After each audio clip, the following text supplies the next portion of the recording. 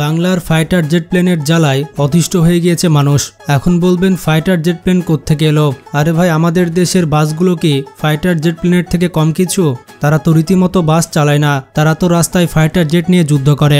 বন্ধুরা, পৃথিবীর সব দেশে বাস চলে রাস্তার উপর দিয়ে, আর আমাদের দেশে বাস চলে একে অপরের গায়ের উপর দিয়ে। বাংলাদেশে বাস চালানো মানে যুদ্ধ আর প্রতিযোগিতা।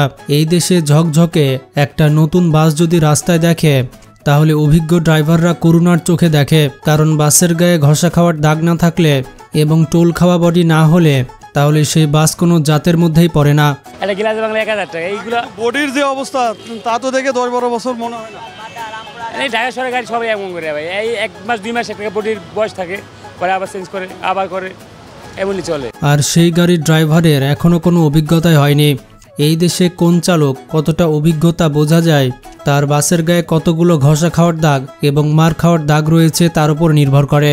যেই বাসের গায়ে যত বেশি দাগ, সেই চালক হচ্ছে তত বড় ওস্তাদ। প্রতিটি দাগের পেছনে আছে এক একটি বীরত্ব গাথা। কোনোটি হয়তো 1 ইঞ্চি জায়গায় অন্য বাসকে হারিয়ে দেওয়ার চিত্র, আবার কোনোটা হয়তো মহাখালীর মোড়ে রেশারেশিতে যে তার গৌরব বহন করছে। এই দেশের বাস চালকদের মধ্যে এক অদ্ভুত প্রতিযোগিতা কাজ করে। কে কার আগে যেতে পারে, কে কার আগে যাত্রী তুলতে পারে, এই নিয়ে চলে তাদের মধ্যে কোল্ড ওয়ার। গাড়ি ভাঙ্গা, গ্লাস ভাঙ্গা, গাড়ির কন্ডিশন ভালো না। ওনারা তো চায় যে রোড একটা ভালো জিনিস চলো। আমাদের মহাজনে একটু দুর্বল আছে, বুঝছেন, যার কারণে এটা করতে পারতেছে। এই লড়াইয়ে তাদের প্রধান হাতিয়ার হচ্ছে অন্য বাসটিকে একেবারে ঘষে দেওয়া। দুটো বাসের মধ্যে যখন একটি সুতার ব্যবধানও থাকে না, তখন আমাদের দেশের বাস চালকেরা সেখান দিয়ে গাড়ি চালিয়ে দেন। এই ঘেঁষাঘেঁষির সময় যে আওয়াজ হয়, সেটিকে হয়তো আপনারা দুর্ঘটনা ভাবতে পারেন, কিন্তু চালকদের কাছে এটা হচ্ছে মধুর সঙ্গীত। এটা অনেকটা নিজের এলাকা চিহ্নিত করার মতো। একবার গা ঘেঁষে চলে যাওয়ার মানে হচ্ছে এই রাস্তাতে আমি হচ্ছে সেরা। এই লড়াইয়ে অন্যতম গুরুত্বপূর্ণ চরিত্র হচ্ছে বাসের হেল্পার। বাস থেকে অর্ধেক ঝুলে তার অর্ধেক শরীর বাইরে রেখে সে যেভাবে ডাইনে চাপান ওস্তাদ, খালি আছে ঢুকাইয়া দেন, বাম দিকে পুরা খালি ওস্তাদ বলে চিল্লায়, তখন শুনে মনে হয় সেনাপ্রধান যেন তাদের সেনাদের নির্দেশ দিচ্ছে। এটা দেখে সেনাপ্রধান ওয়াকারুজ্জামানও বলে, যা ভাই তোরা আমার আগে করে নে। ড্রাইভার আর হেল্পারের বোঝাপড়া এতটাই নিখুঁত যে ড্রাইভার চোখ বন্ধ করেও হেল্পারের নির্দেশে বাসকে এমন সব সরু গলি থেকে বের করে আনতে পারে যা পদার্থবিজ্ঞানের সব সূত্রকে হার মানিয়ে দেয়। আর যাত্রীরা এই মহা বিপর্যয়ের নীরব দর্শক, তাদের দেখা ছাড়া আর কোনো কাজ নেই। গাড়ির বয়স সরি বলতে পারি না, আমি কত 25 বছর।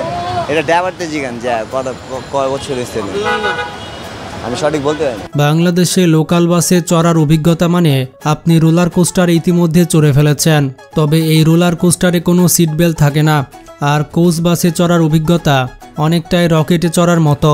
হঠাৎ করে ব্রেক চাপলে আপনি নিউটনের প্রথম সূত্র হাতে কলমে শিখে যেতে পারবেন। এক সিট থেকে অন্য সিটে উড়ে যাওয়া, অন্য ব্যক্তির ঘাড়ে গিয়ে হুমড়ি খেয়ে পড়া, এগুলো বাংলাদেশের নিত্য নৈমিত্তিক ঘটনা। যাত্রীরাও সময়ের সাথে সাথে মানিয়ে নিয়েছেন। এখন আর যাত্রীরা চমকে যায় না, বরঞ্চ শক্ত করে কিছু একটা ধরে বানরের মতো ঝুলে থাকে আর মনে মনে দোয়া দুরুদ পড়তে থাকে। যাত্রীদের যে সেবা মান, ওইটা তারা পরিপূর্ণভাবে করে না। কখন খুশি সেখানে দাঁড়া করে প্যাসেঞ্জার উঠায়, অনেকক্ষণ ধরে দাঁড়িয়ে থাকে, ওই যে প্যাসেঞ্জার উঠায়। বাস থেকে সহি সালামত নামতে পারাটাও বাংলাদেশে একটি বড় সাফল্য হিসেবে ধরা হয়। রাস্তার ট্রাফিক আইন বাস ড্রাইভারদের কাছে অনেকটাই ঐচ্ছিক বিষয়। রাস্তার লেন মেনে চলাকেও তারা দুর্বলতা মনে করে। তাদের নিজস্ব একটি অঘোষিত আইন আছে। তাদের আইন হচ্ছে জোর যার রাস্তা তার। হর্ন বাজানোটা এখানে শুধুমাত্র সতর্ক করার জন্য নয়, বাস ড্রাইভারদের কাছে হর্ন হচ্ছে একটি ভাষা। ছোট হর্ন মানে এই সাইড দে, লম্বা হর্ন মানে রাস্তা থেকে ভাগ, আর একটানা হর্ন বাজানোর মানে হচ্ছে আজকে তোর একদিন কি আমার একদিন।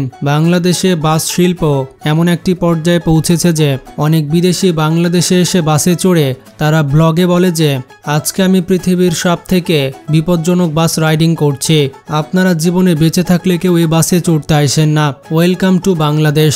আর তাদের সেই ব্লগের ভিডিও হয় মিলিয়ন মিলিয়ন। আমি এয়ারপোর্ট, টঙ্গী, এদিকে চেয়ারম্যান বাড়ি, বনানী। হ্যাঁ, যাত্রী উঠতেছে নামতেছে, যাত্রী উঠায় নামায়, সব গাড়ি তো বাজান, শুধু বিআরটিসি না তো। অবশ্য যাদের দেশপ্রেম এবং আত্মসম্মান আছে তারা হয়তো কমেন্টস পড়ার সাহস করবে না। এবার বুঝুন তাহলে বাংলাদেশের বাস শিল্প কোন পর্যায়ে চলে গিয়েছে। আপনার যদি কোনো বাসে তিক্ত অভিজ্ঞতা থাকে তাহলে কমেন্ট করে জানাতে পারেন। ভিডিওটি বেশি বেশি শেয়ার করে সবাইকে জানিয়ে দিন। আর বাসে ভ্রমণ করার আগে দোয়া দুরূদ পড়তে ভুলবেন না। তো ভালো থাকবেন, সুস্থ থাকবেন, আল্লাহ হাফেজ।